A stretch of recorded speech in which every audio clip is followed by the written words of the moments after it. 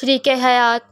ہم بہت دور نکل جاتے ہیں، بہت دور، بے تکی راستوں پر، بے تکی چلتے چلتے، گرم اور ریتیلی راستوں پر بھٹکتے اور ڈھمکتے کسی غم ظرف منزل کی طرف، کسی ناآشنا مسکن کی جانب، اور اسی سارے جدوجہد میں راستے کو ڈوب ہماری تنکوں میں چلی جاتی ہے، کوئی پرواہ نہیں ہوتی۔ گرد اور مٹی ہمارے سر کے بالوں سے لے کر ہمارے پاؤں تک کو آلودہ کر ڈالتی ہے، شعور اور احساس تک نہیں ہوتا کہ یہ تو سراب رہی ہے جو زندگی میں عذاب ہی عذاب گور ڈالے گی، اور پھر جب افق کی پارے حیات کا سورج غروب ہوتے لگتا ہے، ہماری سانسوں کی بے ترتیبی، بدہضمی اور تھکاوٹ ہماری بدن کی بناوٹ کو بگاڑ کر رکھ دیتی ہے، پھر اچانک یہ احساس ہمیں جھڑک دیتا ہے کہ سامنے تو منزل ہے، نہ راستہ اور نہ سفر کرنے کی مزید مہلت، تمام راستے مسدود اور تمام مہلتیں مغروب کی کر کے وقت اپنے بستانہ سمیٹنے والا ہے۔ عمر بھر دھیان کہیں باہر بھٹکتا رہا، خیالات باہر کسی نامحرم کے تعارف میں لگے رہے، نگاہیں اپنے ارد گرد اپنی منزل کو چھوڑ کر کسی اور سمت جانب نکلیں، اور پھر لوٹ کر کبھی اپنی پہو میں نہ آ سکیں، جو گھر کے برتن مانجھ مانجھ کر اپنے ہاتھوں کو کھردیلا کر چکی ہو، وہ گھر کے فرش پر جھاڑو پونچھا مار مار کر بڑھاپے کی چوکھٹ پر آ بیٹھی ہو،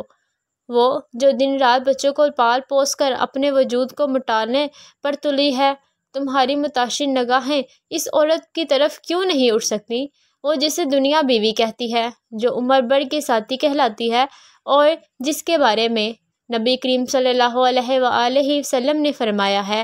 کہ ان کے بارے میں اللہ سے ڈرو۔ وہی عورت جس کے بارے میں نبی کریم صلی اللہ علیہ وآلہ وسلم نے فرمایا ہے کہ تم میں سے سب سے بہترین وہ ہے جو اپنے اہل و حیات کے بارے میں بہتر ہو، اور اللہ کے تقویٰ کے بعد مومن کے لیے نیک عورت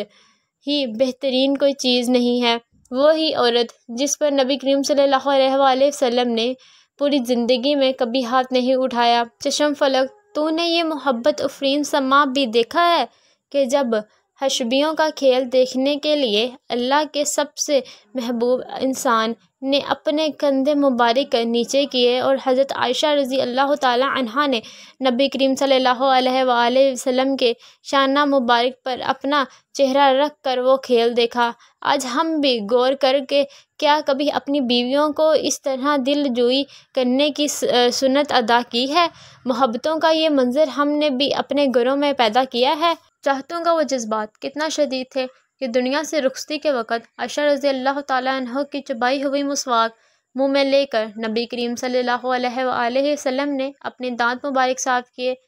کبھی ہم نے بھی اپنی بیویوں کی چبائی ہوئی مسواک استعمال کی ہے؟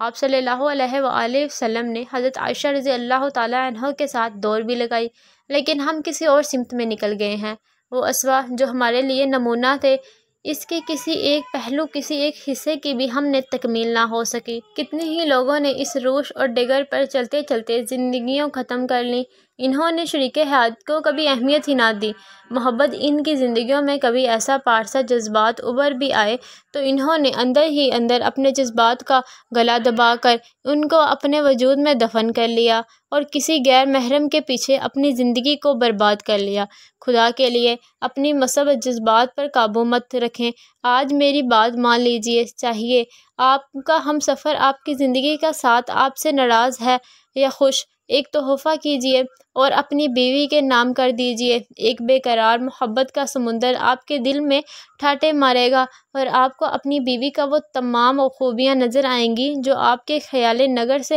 گزری نہیں۔ اس قدر بھی تو نہ جذبات پر قابو رکھو کہ آمن تھک گئے اور تو میرے گھندے پر سر رکھو۔